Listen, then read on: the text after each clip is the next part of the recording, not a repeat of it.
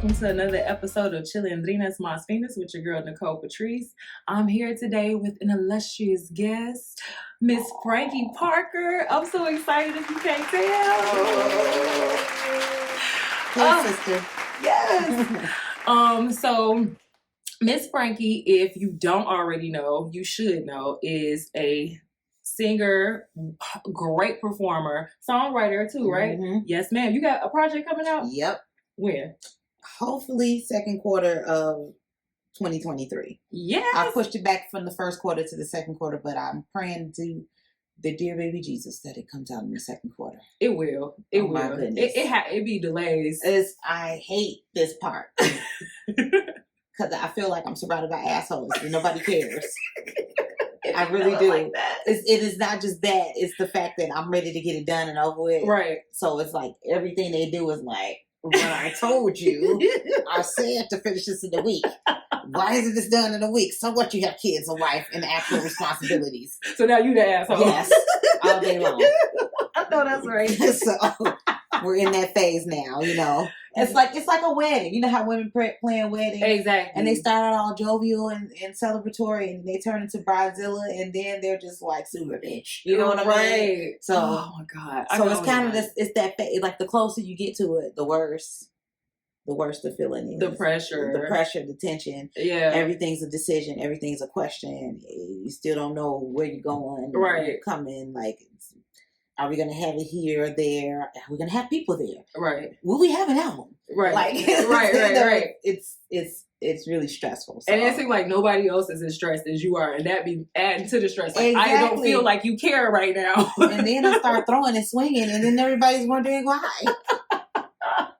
I happen to be working with a guy named Vinny Ruff, who's a guitarist in Chicago, that he plays with everybody. Nice. And I have officially called him my ex-husband. We literally fight. Like, I've never been married to him, but this is our baby. Right. And, you know, a couple of songs on there are our babies. You know what I mean? And yeah. so he's turned into the ex-husband. So every time I see him on the scene, I'm like, "What's up, ex-husband?" "No, we still together. We're still married." "No, we're not. And I want half of it. I just want you to finish your job." I know that's right. It's just one of those things. And shout out to him. I don't, he know how I feel, but I'm just excited. I'm anticipating it. I'm ready for it to happen. Yeah, definitely when I was trying to do my project, I went through all of them emotions. It's like, do y'all hate me? Like, is this sabotage? Like, right. If I kill you right now, do I have an actual legit motive? Like, can I plead insanity? First find out where everything is, then kill them. Right. Because it kind of defeats the purpose not to know. You know what I mean? Going to the studio, you like, what's the code? But they're dead. Like, right. So, I get it, totally. And it's crazy because, like, so many women in the industry, like, have had similar issues with, like, you know what I'm saying? Well, like, where it could go too far, too. Like, you know what I mean? Like, have you heard, so, like, I was watching, I think it was, like, Lotto, a little clip of her, like, on the Breakfast Club, talking about how, I guess it was Kodak Black. She ain't named who it was. Of course she didn't. But she was like, somebody was withholding a feature because I didn't sleep with them. And then people was pulling up receipts of, like, him saying something like, exactly. Oh, yeah, if the artist ain't trying to sleep with me, da-da-da-da-da. I believe all of that. I believe that they build all of their intentions on premises that make no sense and that are, somehow in conjunction with their appendages. I do. I think that, but I see that on the, not just in the studio. I don't have that problem so much in the studio because I work with older guys. They're more grounded. You know what I mean? And they know they only gonna get you in their dreams, so they just keep all of that in there. That. They might think it's gross. You know what I mean? Because I kind of instantly develop like this brother or sister relationship with them instantly. Sometimes you gotta like just cut to the chase and be like, "Hey, bro," right, and shut everything down, right? Child. So you do that, and then you're good, right? But like the promoters, the people that are like temporarily in your space. Yeah. The promoters, the managers, the venue owners. Because they don't know you and they feel like, oh, well, this going to be my one shot. I'm going to shoot this shot. Exactly. Yeah. One and done. Yeah. And he'd be like, bro, like, please, it's over. Child. You're not paying me enough. So you don't even need the pay scale. You know what I'm saying? I'm really like, it kills me because I'm like, they really try to give us the reputation for like being emotional and not being able to separate business from pleasure and, be no nonsense. Right. But I've found more men unable to stick to the script than I feel like women. Well, and then I think too, they set this connotation up what I call the bitch status. Like, where if you're strong and you're consistent and persistent about the things that you're doing within your career, they just naturally assume that you're just this evil person. Right. It's venues that I turn down because I don't feel that they're fair to, you know, the artist. You know right, what I mean? Right. That doesn't make me a bitch for knowing that I have more value or worth, but that's naturally what I'm assumed as. Whether they call it to my face or not, I know what you think of me. The vibes, you know what I mean? The vibes are totally there. So that's a problem. Then also working with men and making them, you know, respect your authority. Mm-hmm. In my case with the gentleman, they treat me like a little sister. So it's like this, like they know I'm the boss, but I'm always going to be like, oh, you know, rub the head, you know. but even still, they still have a level of respect for me. But it's, you know, I've encountered, you know, musicians in the area that just look at you as a woman and they see nothing but the physical, and they're not attentive. They lack discipline and all these other things. So I just try to just stay away from it. I just try to like curb it. You know what I'm saying? Like, you know. So let's go back a little bit. Okay, let's go. So how did you start in the industry? How did I start in the industry? Oh my God. This is dating me. I don't know if I want to talk about this. But no, okay, so I went to Columbia. I graduated from high school in 2001. So I started my first September 11th was my first day of school. Oh my gosh. Yeah, we were going downtown on our way downtown, and that was my first day of school. And the buildings, I remember vividly, like the buildings coming down on TV, and I didn't believe that it was really happening. Like, it was like crazy. What TV show was this? Like, what movie is this? You know what I mean? Right. And then to see it. That CGI getting good. Right. They fly with it. Like, what advertise? Like, you know? But, so I started school as a graphic arts major. But I've always had like inside of me like something about music that I just wanted to do, but I just didn't have the courage to do it. Okay. And so once I realized I needed to really be able to draw as a graphic artist, like that was stupid. Like I might as well go to school at Columbia and study vocal performance. Okay. Like in essence, when I think about it, it was really just that simple. You know what I mean? It wasn't like I had a dream and like the angel spoke to me and said.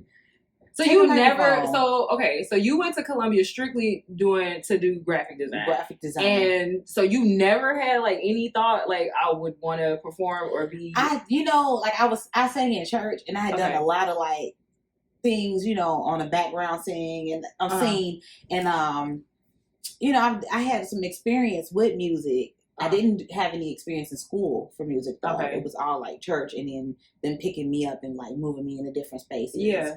But I just never, I guess in my mind at that point, I never thought that it was something attainable. Like, okay. Like I didn't feel like, oh, well, I just sing at church or I just sing when they ask me to. Right. So is this real? Right. So then, you know, you hanging out at Columbia and you think if anybody has been to Columbia, you know, you're in this space where you're always around creatives and you're always around somebody creating like this new thing. Like innovating, you know what I mean? Mm-hmm. So yeah, man, let's go out and have a cipher, you know? Let's go, you know what I mean? Real basic, but you see all these other people and they're having these same goals and objectives, and I'm like, yo, so all of y'all feel the way I do, but I didn't know I could do this. Like finding your real tribe and being inspired by them. Exactly. That is very well put. Exactly. Kind of finding that like mind, that group, that culture, that community. And it's still like that now. There is a lot of community on the scene that is very, you know, influential. You just got to dig for it. You know what I mean? Yeah, absolutely. Well, you know, so, but yeah. Then I got to Columbia and I started there as the graphics arts major and I immediately switched. And I was only there like a year and a half or 2 years before I dropped out. Okay. But most Columbia students drop out. And so after Columbia, what was like the next step? The next step was just working corporate, and then I started working corporately, and then I picked up with this label, Gothic Soul Entertainment. They're from the south side of Chicago. Okay. Shout out to Seven Lee. He was one of the first people to give me a shot, and I signed with them like this, like rinky dink, like label, like. You don't need a lawyer. You can just read this contract. So it's like it's like a page. You know what I mean? Like I know things are different for him now. When we were all getting started, just didn't know what to do. You know what I mean? So they took me under their wings, And I started like sneaking into the clubs and performing because I was still underage. I was still like 19. Mama was letting me go to sing karaoke at 16. I'd be sneaking in the club then. You know, she would let me go with like certain people I grew up in church with. Right. Because she knew all I wanted to do was sing. It wasn't like I was going to hole, you know what I'm saying? Right. Like, so, then we got to Gothic Soul. I signed with them for a while. And then, you know, you start to learn things and you want to take a different route. So things kind of shifted with that. And then I got picked up by Hakima Jihad in Lou, and they were in Blazing Entertainment. And that they were the people that were responsible for helping me to finish my album. I skipped some 4-5 Entertainment. I actually started a label with some people. Okay, hey, you got some experience. Yeah, that was interesting. But one of the singles that was off the project was Hot Pot of Grits, and I actually recorded that with them. Nice. Then I went to Emblazing, and Emblazing helped me to finish my project. So nice. I don't have a contract with them anymore, so this time it's all me. Okay. All the funding, all the marketing, all the hog miles, all the pig feet, it's on me. Right. Yeah. Right. That's kind of like how Money Long had to flip it. You know Money Long, right? It used to be Priscilla Renee. Yep. And so she was writing for a lot of people, pop songs in the industry, had been in the game for a whole minute, like for real. And then was like, let me just put all of this into myself because, you know, a lot of these companies, if you don't fit whatever model that they think they're looking for, or if you got a model, they already have a model and you're just the extra, like a moving part. As far they're not really concerned with your development and investing in you as a person. So and they might shelve you just to make sure that person that you're very similar to gets off the ground first. Yeah, but girl, you too smart for that. I know that's right. She said, "Look, you ain't gonna play about with to do no labels. I don't want to kill nobody, and I feel like I'd be just shot up everybody in the office, just walking through the office, clack, clack, clack, clack, clack, clack, because they don't care. Yeah, you know, you hear the stories all the time. Yeah, from Yeezy to Whitney Houston. You hear all these stories about like it's a system. It is. And they don't care. They will run you through the ringer. I think the point is like to run you through the ringer. Absolutely. Squeeze everything we can out of this person. And like we don't even view them as a person. Yeah. It's really scary. It's a product. In a way, I've always at one point I used to be like, man, I just wish that I had a way where I can get a manager and somebody would pick me up. But I almost feel like that was like the miracle and blessing out of it, that I never got picked up to that magnitude, because I think it's just a mind-altering thing. Yeah. Nobody ever comes out normal. I don't care who they are. Right. Please show me one. Right. No, absolutely. I've been seeing this just over and over, and it's getting more and more prevalent now with, Kanye and then just so many artists having platforms. I think too, like podcasting has helped a lot to have these people have a voice outside of, mainstream media to be able to really express, what they feel and what they've been going through. I agree. Yeah. Independent music, the whole space of that now is so different now. That also gives them kind of a little light too, because they like, in worst case scenario, if I got this amount of power on these DSPs, if I have this big of a data following, because now everything's data now, right? If I got the right TikTok song and they decide to play games with me, I can get in the finger and move on and start my own thing. It ain't like they got to start from scratch. You know what I mean? Right. It's still so many ways to get your music out. We don't need the record label. And that's why it's so frustrating, because it's like, it's so apparent, but it's like, why are people still volunteering themselves to this process? Especially when you're looking at like hip hop and like how the culture, like did you see that interview that was released with Crazy Bone talking about, so if you Google like Crazy Bone music industry, he basically talks about, and I talked about this on one of my episodes, like 2 episodes ago, where he says like they were driven out to like this hot, secret location. So a bunch of different artists, he didn't name them because they were supposed to sign an NDA and they weren't supposed to, but they all got out there and they were like, hey, we are, we have for-profit prisons, and we know that hip hop is on the ascent, and this is the best way for us to help keep filling the prisons up. So we need y'all to just strictly pump talk this about type of music out, crime. I've heard that before. Yeah, I've heard that before, and there's some artists that are now like pushing against the envelope with that, where they're actually saying, you know what, I'm not doing that kind of music anymore. or I'm changing the subject matter where I might talk about it, but then I'm going to talk about the real outcome of this and why you should and should not do it. Right. Because I feel like Kendrick really has that balance really absolutely well. Yeah. And then you got your, the vets like the Nas's of the world. Like, I love King's Disease 3. Oh my God. I saw you posted about that. I was like creeping your page trying to see what you was on recently. I listen to it almost every day. That's just one of my favorite projects right now. But anyway, that's going to change. And I just had the discussion with some of my friends and some of my family about this, with that issue with the RICO law. Where they're trying to submit lyrics with Gunna, right? It's Gunna. Is it Gunna? Gunna. Yep. Yeah. And he just pled guilty to it, right? Like, all that's going to shift how they look at that, because eventually they're going to be held accountable for that in one way or another. Right. You know what I'm saying? So they got to look at how they're bringing these artists up. And you have your, like you said, your Kendricks, but then it goes from like Kendrick to like Flo Rida. And you like, bro, like. Don't do Flo Rida. Apple bottom jeans. That's it. Does it? It do. The white girl, especially the white girl. The white girl so baby. I don't never like that song. Did he also do that low? Because that's a different song, right? Hit the flow. Yeah, that's him too. That's the same song. That's the same song. Oh. I was so like, I two different songs. It's the same song. It's like classical music. It got a part one and part two. Right. Different segments. Oh my God. I was just about to ask you, like, wait, is that the same? It sure is. But call me out. It's okay. You just know, we're going to say you just tried to give Flo Rida a little more love. Spread it out. Just spread the love a little bit. Like mayo. Okay. Right? Yeah. Mayo, not salad dressing. Not Miracle Whip. You picked the right one. Flo Rida is mayo. Shade. No flavor. Oh my God. So okay. So between the label and like, okay, so as people may or may not know, I've gone to see you live and you're fucking amazing. Thank you. Like, you are so fucking amazing, bro. Like, really. Like, every time I be in awe. Oh, that's so cool. No, for now you real. got me like in fetal position. Oh, no. Like, for real. Stick your chest out on that shit. Like, I be like, when I see you talking your shit and popping your shit on Facebook and shit, like, no, she get to pop her shit.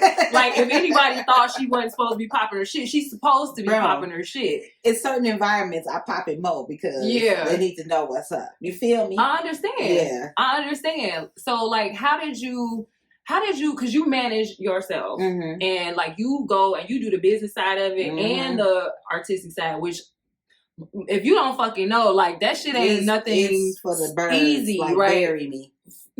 Yeah. And then as a Black woman in these spaces, because you do predominantly white gigs as well. That's interesting. Yes. Can you just like kind of lay out like what gave you what gave you the notion to even go for that? Because I know it's so many artists that don't even want to manage themselves or don't even think to manage themselves. So what gave you the balls to even do that? Honestly, codependency and control issues.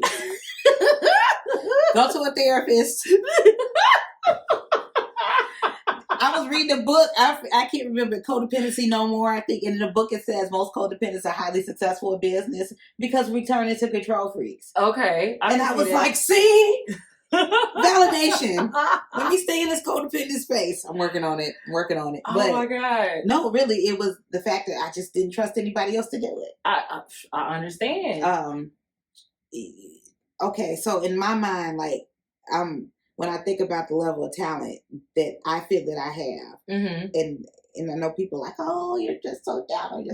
I feel like I'm more a performer than I am a vocalist. And some people that could just stand flat-footed and just like, sing the walls down. Yeah, right? yeah. I have a lot of friends that do that. I hate you guys. Aw, but everybody got their thing. I'm joking. Right. But, like, I think I had to find a certain trust in myself. And I just never gave that trust up because I felt like nobody's going to work as hard as me for me.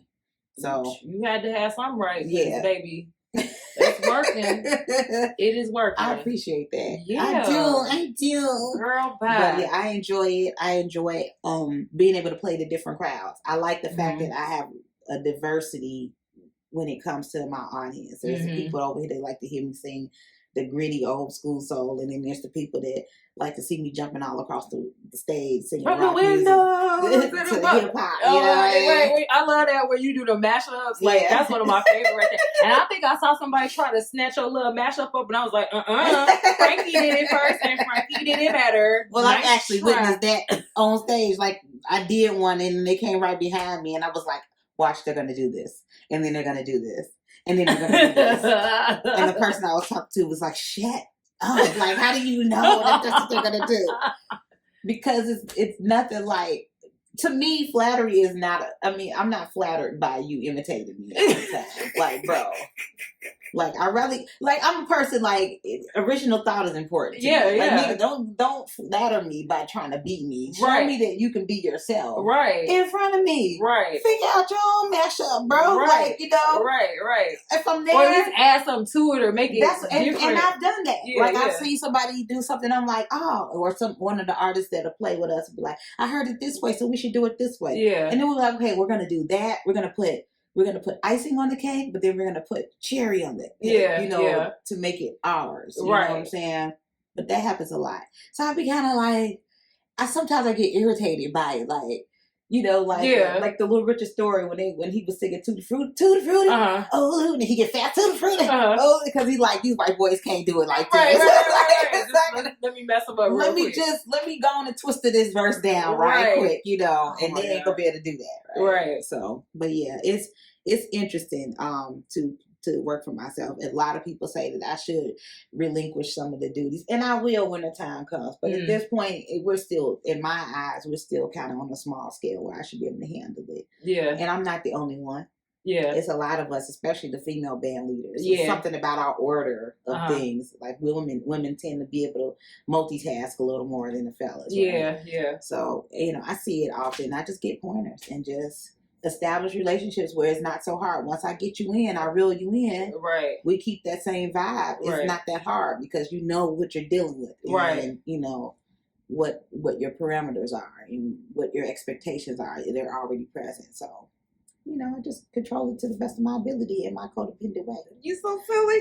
But see, like, I know band leaders, I ain't gonna say no names. Yeah. But they are very controlling and they do have that kind of like, codependency or whatever, but then it's like it comes off where they don't have this appreciation for the people around them. Right. I think is where the problem comes in, right? Because they feel like, well, you'd be nothing without me booking the gigs or me, telling you what to do. But then it's like, but you can't do what they're doing, so you should probably like at least give them the respect, right? So that y'all can have that symbiotic relationship, right?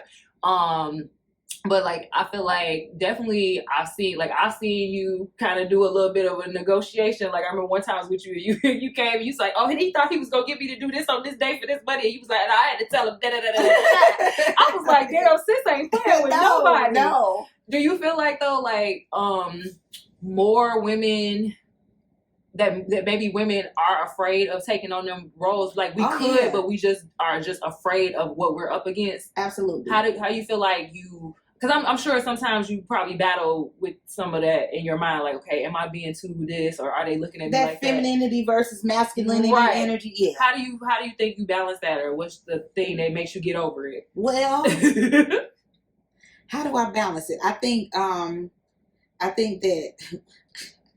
Honestly, the performance end of it is the more of the femininity match for me. Okay. For me, like I am a woman and I'm a tough woman, but I'm a woman, right? So that's where I get to present that. But the guys know I say this all the time. Like I got balls too. Like if I need to, whip them out on you to get you to get what needs to be done, I would do that. I think too, there's a strength in having, and I'm not saying this because he's behind this wall, but I think it's a strength in having a father that's put into his daughters that they are just as powerful as a man. Yeah. And having that reinforcement, that, hey, look, he says it all the time. Like, I ain't gotta worry about my daughters. Like, I know they're gonna do A, B, and C. They check in, they correct in, like they gonna do what they gotta do. And I think having that always in my head and being taught that over time, like that empowerment just automatically kicks out. Right. And sometimes it has to be in a masculine way because they need to see that I'm just as ferocious, especially when it comes to my baby. What mother, great mother, do you not know that is not overly protective of their babies, of their children, of their cubs? Right. You know, Mama Bear gone, it's on and popping. Cause Daddy could move out the way, like she got this. She y'all the effed up, right? I know where this is going. I don't want no parts of it, right? You know what I mean? I think that's naturally in us anyway, to kind of just be that. That's especially a Black woman, and so I pull back when I have to. You know, I do little things to express my femininity, like little petty stuff, like I can't put my stand up. Can you guys put my music stand up? You know, you telling them the secrets, yeah. And I'd be like, you know what I'm saying? I mean, I'm using that to be petty, but it's true. Like, you know, I do allow the guys to be the guys and to be the gentlemen and the protectors. And they the gentlemen. Yeah, and they take care of me. Yeah. I don't have that problem. How'd you come up with the name Frankie and the Gentleman? Well, Frankie is my middle name. Oh, okay. I didn't know that. Yeah, my maternal grandmother, my mother's mother, her name is Frankie. Her first name is Frankie. So my middle name is Tamika Frankie Parker. Okay. And as a kid, I hated my name. Aw. I did. I wanted to be Claire. Like Huxtable? Yes! I ain't mad at that. I can remember saying that, like, my name should be Claire. Why is it Tamika? It's Tamika Frankie. Yeah. Claire Parker would have had not the same Claire Powell. See, okay. You know, they had the Colin Powell vibe. Okay, like, I understood all that. Like, I was already there with the words. Right. But anyway, so I started out just as Parker. Okay. And I was like, you know, and then I remember somebody saying, well, why don't you use like a masculine name, I'm trying to think of the term. I can't think of it, but gender neutral. I'm with you. Like, we're here, you know. Like Prince. Yeah. Androgynous. And you know, something that's a little, you know, where you can't really tell. Right. And somebody had suggested John, and I was like, duh. Like, and then I look like him, duh. That's weird. Like, I don't want to get my Father's Day, you know. So, and I was like, well, Frankie Parker. Nice. And then the Gentleman came about because I would say, give it up for my boys. And they would be like, we boys, we grown ass men. I know that's right. Stand up for yourself. And I was like, I didn't mean it like that, but okay. Don't be hurt they proud. Give it up for my men. And then it was like, give it up for the Gentleman. And it literally came out that way. Wow. So, and I like that name because it's interchangeable in that it's not like, because, you know, on the music scene, you have to sub out a lot. So I've built like this group of gentlemen. Right. You know, outside of the original guys who were, it would be originally Dave Felton, Morris, Newman, Kevin Smith. Now Dave has been replaced with Evelle. Okay. And then we added Cullen along the way, Cullen Bogan. Mm-hmm. But outside of them, it's other guys that have to sub for them sometimes. Right. And so they become gentlemen too. Like, we have honorary gentlemen. Right, you know right. And I have the t-shirts. I love when they had their tees on. Everybody wants to be a gentleman. Yes. You know what I mean? So, like, they're amazing. We've probably been together. My son is 13, so we've been together about 11 years. 12 years. That's family. Yes, family. For real. We watch each other's kids grow up. You know, get the act of fool. We calling each other like, I don't want to kill him. You know what I mean? Right. It's real. They call and just check on me. Even if they're not working with me, they're like, okay, I couldn't see you last month, but I'm just calling to see how you doing, how things going. You know, all of them, we got a little hustle to them. So I can see like y'all have a chemistry, like, and like you said, even when you sub out, like, it's not like nothing's missed. Right. Like, it's everybody right on track, know exactly what they supposed to be doing. The vibe is, y'all got to go see a show. Okay, that's all I can say. If you ain't seen a Frankie Parker show, I don't know what you're doing. You're missing out. There's some real Chicago talent, and you know, like, when you talk about keeping music alive, like, you the type of people that make it worth it. You know, there's some people that's out here just doing it and going through the motions, but like, no, this is like somebody that really takes this shit seriously and that craft, and it's entertainment from top to bottom. Like, it's never. I don't even want to go to the bathroom. I don't want to go to the bar. Like I be stuck for real. And it's fun, and it's a great release. Yeah, it's a beautiful thing, and I know how fortunate I am because I see trash bans all the time, and I'm not trying to be funny, but you be kind of like, yeah, like do y'all hear yourself? No, do y'all that's right. see yourself? Did you want it that way? Right. What was going on in your mind before it came out? What colors were you trying to paint?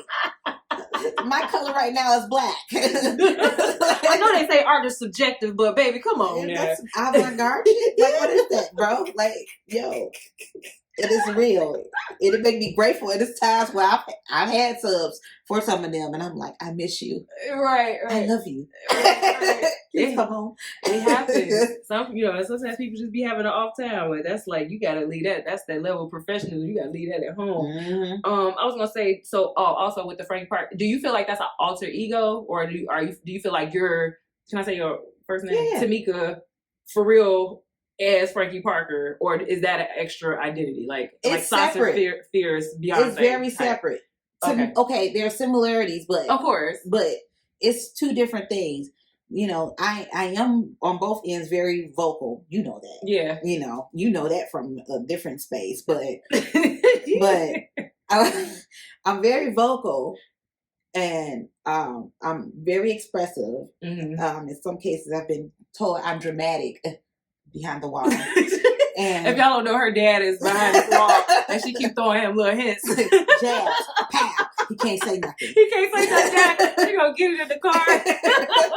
But there's that point of expressiveness that I have no problem with. But like the raunchy, ratchet, that I like that energy. Mm-hmm. But I'm not. People will probably think I'm like this oversexed person. Yeah, I'm not that person. But on stage, I put that energy out. Yeah, and I've had guys I had to check because they think that what I'm doing on stage is really what you are all the time, or you're inviting something else. Yeah. There's a freedom that I have and a confidence that I have on stage that I probably don't have personally. It's kind of like, when you like watch documentaries about stand-up comedians, and they're like always like a Robin Williams, for instance, where you always have to be on point and you always have to be funny, and everybody's expecting you to be the life of the party, but when the doors are closed, it's a different space. Whole nother thing. Yeah. That's not, I'm not depressed per se, but but when I'm more serious, in person than I am on stage. Yeah. Mm-hmm. Do you, and like sometimes, like I know for me, like I don't consciously think of like an alter ego, but I did. Like I saw a little video and it came up on YouTube, and it was like, like they were like, people don't really have alter egos like that, as far as like mainstream artists anymore. Like back in the day though, you had like Eminem, Slim Shady, Marshall Mathers, right, and then Beyonce, Sasha Fierce, and like even like now you got Megan Thee Stallion with Tina Snow, but like I don't think she really distinguishes them enough for for you to realize that they're two different people. But like the idea is good. But okay, Megan Thee Stallion too is a college graduate that studied geriatrics. Like who would ever think that would be? Oh yeah, absolutely. She's multifaceted as fuck. She made the Forbes 30 under 30. Right. Yeah, and that's like the first Black woman to do that. Right. Yeah. She made a lot of firsts for a Black woman recently. I can't remember the other one. I know something to do with her nominations or something like that. But yeah, like I don't like the fact but that you think that she would study geriatrics though. Oh yeah. You know what I mean? Like okay, computer tech, marketing, business. Right. But geriatrics, bro? And you opened up a senior citizen home? Yeah, she said she did that because her grandma like forced her. She's like, I know you want to do this rap stuff, but also get your education. Which is word. Which is like what we supposed to do. Yeah. Always have a backup plan. Absolutely. I definitely but yeah, like I was asking, so like do you does that give you like that extra boost to like, okay, I can go out here and like really let out? Oh yeah. Yeah. Because some days I don't feel like it. Yeah. And you would never know it. Yeah. It's recently with my illness, it's been days where I didn't have the energy. Yeah. I just had an incident a few months ago when I did Bulls Fest. We were the first Bulls Fest performers. Like they had a weekend of performers, but this is the first installment of Bulls Fest. Uh-huh. So I really, really, really wanted to do it. I was really excited, right? I got sick the day before. I was in the emergency room literally up until like the hour that we had to be at United Center to wow. perform. Like whole bath in the emergency room. I had ocean waves in my head that I had sweated out, and it was like I had to wash my hair. Yeah, and you know that already as a black woman, that right, already you takes like you to a whole nother believe mindset. I'm scrubbing my hair in the emergency room, like freak out in my head, right? Then to get on stage and nobody knew. Yeah. But the people that knew, you know what I mean? Like my family, you know, and the performers. Right. But you don't care. I don't know how to describe it. It's almost like I just snap into somebody else. Yeah. You know. You gotta have that switch. And you done trained yourself to and so you were diagnosed with breast cancer when? Stage 2 T2 HER2 breast cancer diagnosis was June 16, 2021. So this was in the heart of the pandemic. After having COVID twice. Oh my God.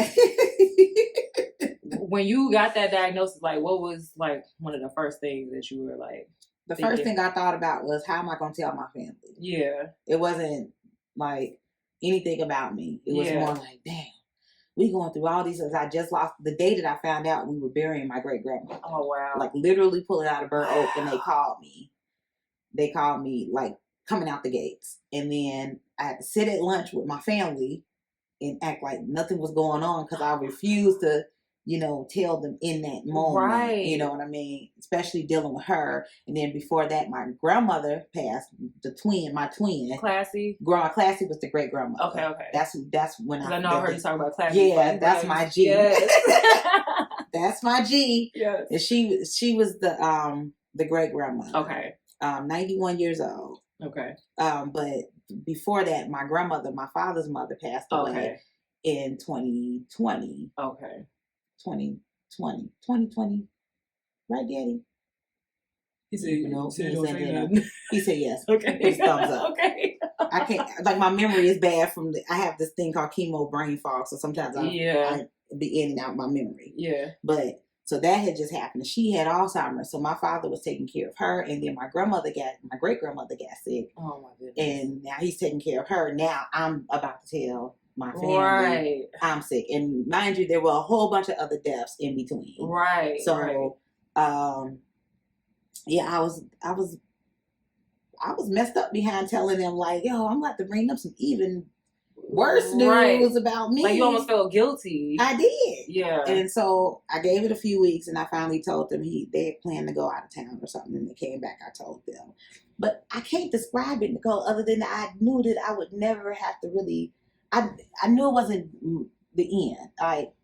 I never knew that I never felt that I was going to be facing death out of this. Right. I always got that vibe from you though. Like you was just like, I'm taking this on. Like, let's just get this over with. Yeah. Jack. Be grateful I called it at stage 2. Yeah. Be grateful that it's T2 HER2 positive because they actually have treatment for that. Whereas Black women who have triple negative breast cancer, that's something that they may chemo is something they may have to take for the rest of their lives. Right. I just got the port removed. That's like. Come on, get new boom booms next year, August. I'm gonna have some big boobs again, and you know, radiation's done. So I've done everything I'm supposed to do, and I still kept this energy of like, I gotta live, I gotta work, I gotta create. So I was still working in the studio. Yeah, I went on vacations. Right, that's why I was like, it's like you almost didn't miss a beat. Like, no, I actually had more fun, and I tell people that all the time. Okay, yeah. Well, not saying the chemo wasn't hard. It was extremely hard some days. Some days I couldn't even climb the stairs. You know, like it was just exhausting. But the things that I did to preserve myself, learning how to stop and not work so hard, and learning to chill with my family, take some time to spend with my son instead of picking up all these meaningless gigs that don't pay nothing, and then still hustling and bustling because it just wasn't enough. Like, right. You know, I had to cut all that out, Jack. I had to be like, this, I got to live. Right. So I did it. I lived. Yeah. I did exactly what I wanted to do. I worked on some stuff in my home. I was rock climbing in the rainforest in Puerto Rico, one of my best friends. Yeah, I saw that. You know what I mean? I just went to Starved Rock and did some hiking, just absorbed all that I could to keep the positivity up. Right. You know what I mean? And just reflecting too, like, why am I going through this? And that's what I was going to ask you. Help? What do you feel like that was the biggest takeaway from that? Like, what do you think maybe God, because I always feel like God does everything in our lives for a reason, good or bad. What do you feel like? I think the element of family and like that quality time with family, that was important to me, and I needed to stop to see that. I needed to smell the roses. I also needed to see that if I can do this, I can do anything. And then there's this like no nonsense, no bullshit thing that I'm on, this vibe right now that's like keeping all the negativity away. Like I was just in the car talking to my father about something, and I was like, look, I can't control him. I can only control me. And I'm really like applying that to life now versus just saying it and thinking it and not the cliche of it, you know, because it's taboo and cool to say, you know what I'm saying? Like, no. I'm done with that. Like, I'm really doing exactly what I want to do. Ooh, yes. Yeah. Girl. Because yes, like I said, I was feeling it. I was like, she is coming through this like a soldier, and like I do feel like you are inspiring a lot of people. You definitely inspire me. You always have inspired me. Like even that's why I'm so proud of you. What you're doing your music now. I'm just so proud of you. Thank you. Yeah, girl. You like, I mean, when we met, like it was instantly like, right. I was like, this is my twin. Like we just love everything, like the same shit and the vibe, and we can talk shit and like make them faces at each other when bullshit was going on. The nonverbals. I'm like, why in the hell would they even think to put us across the way from each other like that? Like, did y'all think about that? It was definitely a formula for like just disaster and like nonsense, right? All of that, right? Because like we went through our thing where we kind of butted heads as two strong women, which happens to a lot of strong women.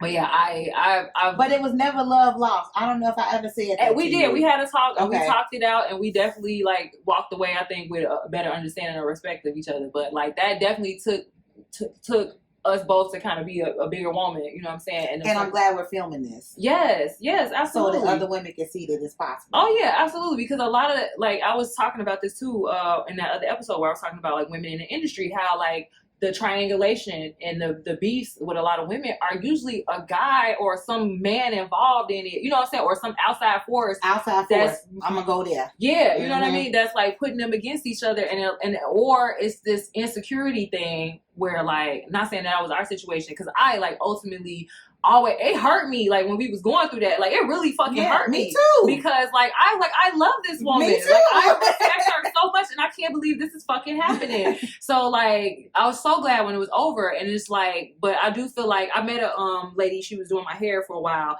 shout out Nina Christmas, and she said this, and it's never like left me, that you feel envy for women. Some women will feel envy for another woman because it's like, but you should, instead of that envy, that should be a trigger for you to go and analyze what is it about this person that I actually admire, or that I'm, wanting in my life, that they possibly could add to my life or teach me. Like that should be your lesson, that you shouldn't distance yourself from this woman or create a friction between y'all, but instead should embrace her and go, okay, well, what can I learn, or how can she rub off on me in a good way? So that was always like in the back of my mind subconsciously, like I still want to learn and love this woman because I feel like she definitely came into my life for a reason. Like it was just instantly like, this is God, you know what I mean? Because like we, like I said, we just hit it off so well at the beginning, and we still together. And we still together.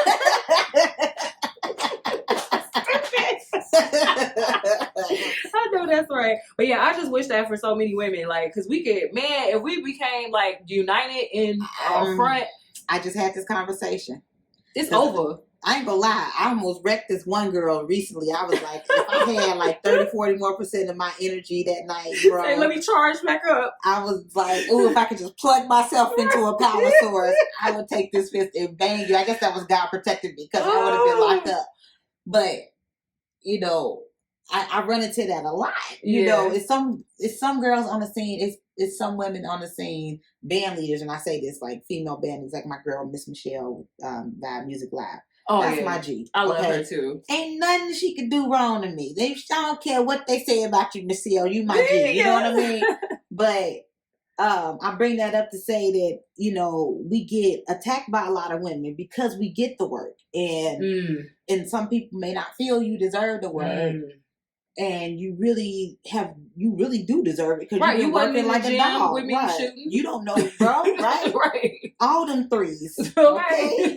Okay. You know, like, so like I run into that a lot. And I've said the same thing, like, you know, what is it about me? What can I do to help you get? I even went that far. Like, yeah. I'm willing to have a conversation with you. Yeah. To see what is it that you feel that I have that you're missing.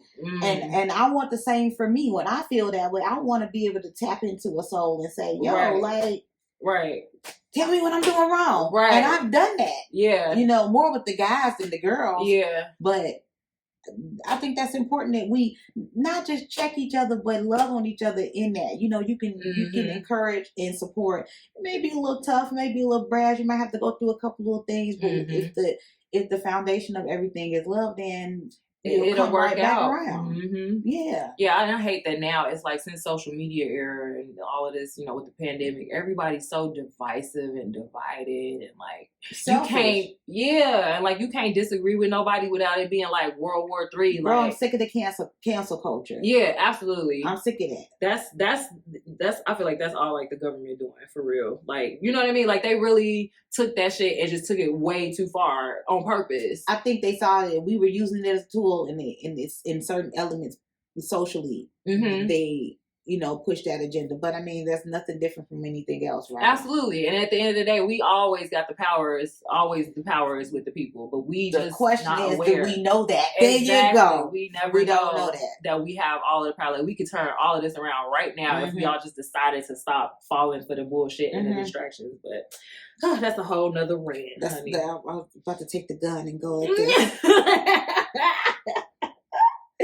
Oh my gosh. All right, so I said I was gonna do a little let me do this real quick. So what's your favorite top 5 artists? My favorite top 5 are how much time you got? Probably another like 7 minutes. Okay, cool. We can wrap this up pretty soon, but let's do this real quick. So top 5 artists of all time. Why would you do this to me? 5? In 7 minutes or less. Right. That's literally like 30 seconds. Okay. All right. Off the top of my head, who influenced me? I'm gonna start with influence. Okay. Erykah Badu. Okay. Red Hot Chili Peppers. Oh, yeah, we've been talking about them before. I just saw them in August. I've never seen them. That was so cool. I love Kendrick. Okay. I'm putting him up there because he's fresh. Okay. Coltrane. Okay. Because he teaches spirit in the music. And I'm at 3. Pharrell Williams. Okay. It's one of my favorite producers of all time. Nice. And man, where do I want it? Marvin Gaye. That's some good shit right there. Yeah. Yeah, I can see that. That's a nice little mix. And you definitely work all of that vibe into your performances. So that's good. Hell yeah. Okay, and then I'm gonna steal this question from I told you about that R&B Money podcast. Right. But I love this question. So if you had to build your ideal artist, so the 5 parts of it would be the style or look or visuals. Secondly, passion or heart. 3, vocals. 4, their songwriting, and 5, performance. So, like, start with how would they look? Performance. Okay, you want to start with performance? Go ahead. Who would be your ideal artist? No, okay, so this is what I'm asking. If you could build your ideal artist, who would be the artist that you would take their look? Oh, gotcha. Boom. Okay. All right, first one you said style, fashion. Who do I like? If I had the body like hers, probably Rihanna. She that fashion be hitting. I think she totes the perfect line of like sex appeal, thug life with like a touch of class. Yeah. Like you could see like the streetwear, but then it's Tiana Taylor. Yeah, they the same vibe too. And they had a little beef too, but we had time for that. All right, so then like the passion or the heart of the artist. Passion or the heart of the artist. I probably have to go with like a Marvin Gaye. Okay.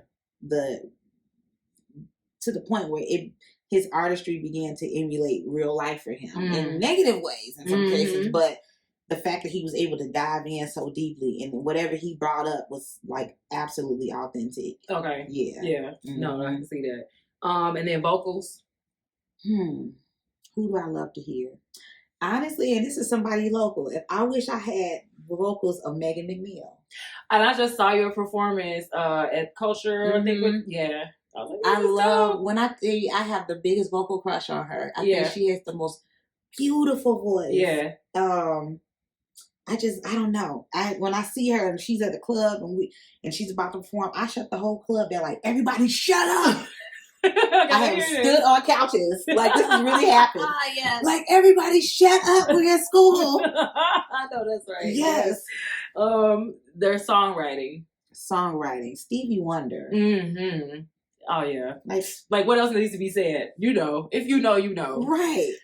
And then performance, like a performer. Okay, this is a toss up.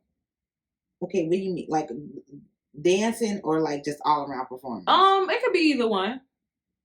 It's between these two. Mm-hmm. An Usher and an Erykah Badu. Because Erykah has this energy where she can like make anything happen, like on stage. I watched her make it rain. Okay, this is a true story. It started raining. Like we were at Grant Park, and she was there for the taste. Me and my sister. This is a true story. Uh-huh. This is when Worldwide Underground had just come out. So she was introducing the new album. So she started with woo. She's like, we're gonna make it rain, y'all. The sky was clear and like not a cloud in the sky. And it started raining. And me and my sister looked at each other and was like, wow. I'm scared. Right? Is she a sorceress? Yeah. Like, she said she's a witch. So I believe her.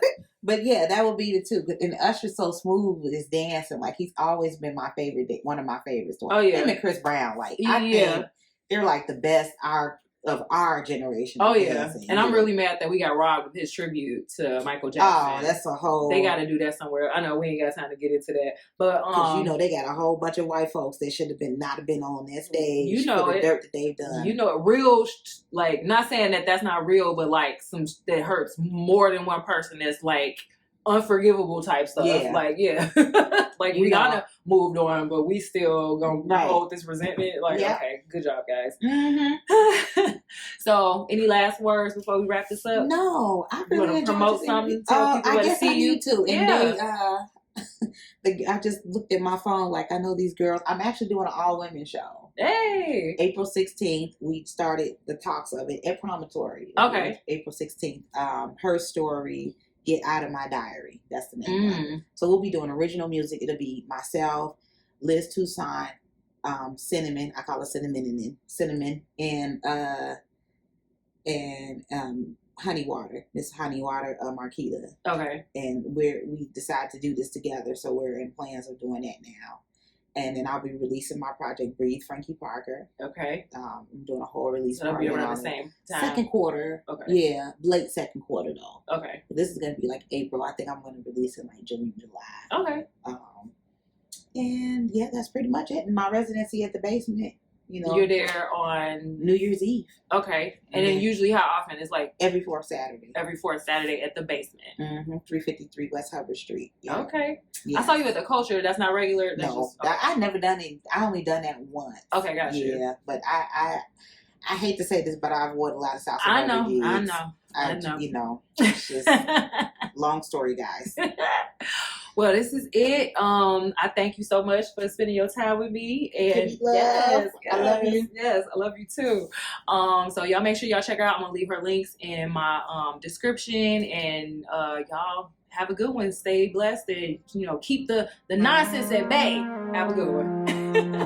That was good. Yeah.